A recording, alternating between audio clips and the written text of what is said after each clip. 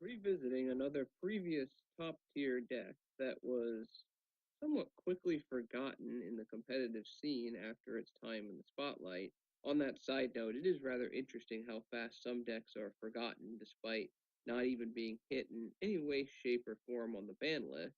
But this deck is starting to regain some level of steam with the retreat of Zodiacs, the deck Blue Eyes. However, while Blue Eyes is making a small comeback, I do not really like the manifestation of this comeback, for it seems it's moving too far away from Blue Eyes as the centerpiece of the deck, and instead Blue Eyes is becoming a engine or linker of sorts in the deck. Basically, these new Blue Eyes decks either focus on Amorphage Goliath, an effort to shut down any extra deck playmaking made by the opponent, or just generic spam link summoning with Level Eater and any level 8 Blue Eyes that can get thrown onto the field. So, to suit this purpose, these link spam Blue Eyes decks are running Armageddon Knight, of all things, to make sure to dump Level Eater into the graveyard. So the deck has become something that either heavily focuses on a non-Blue Eyes monster in Amorphage Goliath, or it's a generic Link Bam deck. Yeah, not here. Blue Eyes deserves better. So with that, let's look at my updated Blue Eyes deck. For the Blue Eyes Brigade, I run 3 copies of the original Blue Eyes White Dragon, 2 copies of Alternative because 3 copies, it's just too potentially bricky for my tastes, and 1 copy of Spirit of White. If I felt like I had the extra deck space, I would run 2 copies of Spirit, but there are other elements that I feel take precedence in the given meta, and thanks to Whitestone of the Ancients, frequently recover that 1 copy of Spirit to the hand if necessary, if it's not banished by something. For the level 1 tuners, I run 3 copies of Whitestone of Ancients, only 2 copies of Sage with Eyes of Blue, which may be surprising to some, but I just do not get the level of play out of it as I used to, and 3 copies of Maiden with Eyes of Blue. Overall, I'll just never understand the rationality of those who don't run Maiden in a Blue Eyes deck, for it commonly allows deck thinning and big combo playmaking, and really at its worst, it forces the opponent to use a non-targeting removal effect to eliminate it from the field, or at least some form of effect negation, unless they also want to deal with the Blue Eyes White Dragon and help you deck thin. For the remaining monsters, raw power has never been a problem for Blue Eyes decks, but in the modern meta, there are definitely times when raw power just doesn't get the job done by itself. Pairing this reality with the fact that the deck does not have a consistent normal summons play, I like running. For those familiar with my recent deck builds, this is going to come as an amazing surprise. 3 copies of Fairy Tale Luna and 1 copy of Fairy Tale Snow.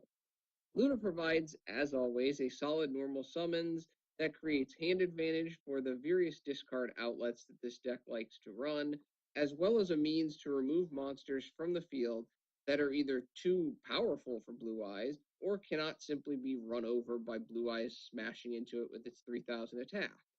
I also like running 1 copy of Eater of Millions for its banish ability and easy special summoning ability, for most of the time the extra deck for Blue Eyes really only consists of anywhere from 4 to 8 monsters that are useful at any given moment in that duel, depending on the opponent's deck. Finally, I like running the 1 allowable copy of Maxx, and with the inclusion of Return of the Dragon Lords in this deck as a staple, I like running 1 copy of Felgrand. Felgrand is rather useful because, again, it gives you that additional removal ability that doesn't simply rely on raw power and can produce a very effective means to help swarming the field with powerful monsters. I do not run Whitestone of Legend simply due to deck space, because I just think the deck is at 40 cards is tight, and Whitestone just doesn't provide enough usefulness over any of the other cards I run. For the spells, I like running 3 copies of Trade-In for draw capacity and a means to send Blue Eyes monsters from the hand to the graveyard for revival purposes. It would be difficult to argue, in my opinion, for anything less than 3 copies of Trade-In because, as we can see, I'm already running 7 level 8 monsters, and With, again, White Stone of Ancients Banish effect, you can frequently add a Blue Eyes monster from the graveyard back to your hand to use as cost fodder for trade-ins sitting in your hand. 2 copies of Melody of Awakening Dragon for searching and increasing combo potential by grabbing a Blue Eye and an alternative, or a pair of alternatives if you already have a Blue Eyes in hand. Similar, though, to alternative, I feel 3 copies, it's just too bricky for my tastes. It's one of those situations that you can justify running 3 Melody if you're running 3 alternative. I don't think you can justify running 3 Melody if you're only running 2 alternatives. 3 copies of Return of the Dragon Lords for revival and protection purposes, 1 copy of Raigeki, 1 copy of Darkhole, and 1 Soul Charge serve as the general staples for a Blue Eyes deck, at least in my opinion. Finally, I run 1 copy of Foolish Burial for dumping Snow, Felgrand, Blue Eyes when necessary, or White Stone of Ancients to the graveyard to increase combo making probability. For the traps, I run my standard staple of 1 Torrential Tribute in addition to 1 Solemn Warning. Finally, I think this deck needs some greater means to prevent the opponent from retaking the board, for Blue Eyes is still just a normal monster, and Spirit Dragon can only do so much by itself. So I run 3 copies of Paleozoic Dinomischus, which is targeted banish that can interrupt the opponent's playmaking capacity, in addition to acting as a discard agent for sending critical cards in hand in the graveyard, and 2 copies of Lost Wind for effect negation and to reduce the attack points of the opponent's monster, leading to greater battle damage and, in sense, shorter duels. 1 card that one could argue is valid that they don't see in my deck is Archbrave. I like Felgrand over Archbrave and really do not have the deck space nor inclination to run both, because otherwise the deck gets a little more dicey with regards to consistency due to the addition of another 2 tribute monster. However, I can certainly see some people favoring Archbrave over Felgrand, especially in this build, because of those Dinomischus, allowing you to discard Archbrave during your opponent's turn and getting its effect during your next standby phase. The extra deck consists of 1 Azure-Eyes Silver Dragon, 2 Blue Eyes Spirit Dragon. Spirit Dragon is still rather a beast of a card that I think a lot of people have just kind of forgotten exists because you don't see Blue Eyes as much as you used to. 1 Cloudcastle to resummon Spirit Dragon or Azure-Eyes Silver Dragon. 1 Crystal Wing Synchro Dragon. It can be made off of a level 1 tuner and a level 7 Synchro that you summon via Spirit Dragon.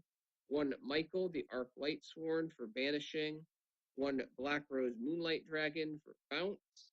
1 Hi-Speedroid Chanbara for OTKs and battle rushes.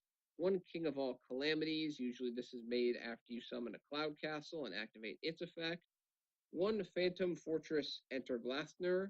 Same situation, Cloudcastle after its effect. Sometimes Blackthorn actually is more useful than King of All Calamities. 1 number 38, Hope Harbinger Dragon Titanic Galaxy. 1 Tyrannic Sun Dragon Overlord of Heliopolis. 1 Divine Dragon Knight Felgrand. 1 Gaga Cowboy. And 1 Totally Awesome. Yeah, summoning Totally Awesome in this deck is rather rare because you'll have to put 2 Dinomischus on the field, but there are times when it can happen, and extra deck space in Blue Eyes is not a big deal.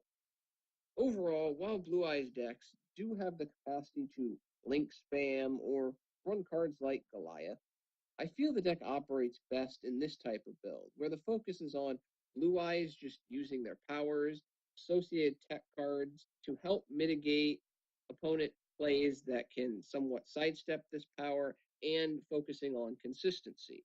The advantage of this deck is that it does not put all of its eggs in a quote-unquote single basket, allowing for quality playmaking over numerous turns while maintaining some greater level of consistency and some defense. And consistency in defense has always been the general weakness of Blue Eyes decks in the past. Overall, I feel this build just performs better than the more popular in the now decks that you're seeing that come off more as one-trick ponies with a strong preference for going first and struggle when they don't go first or when they don't draw certain specific cards. Well, that is my updated Blue Eyes deck. Thank you for your attention and your time. I'm out.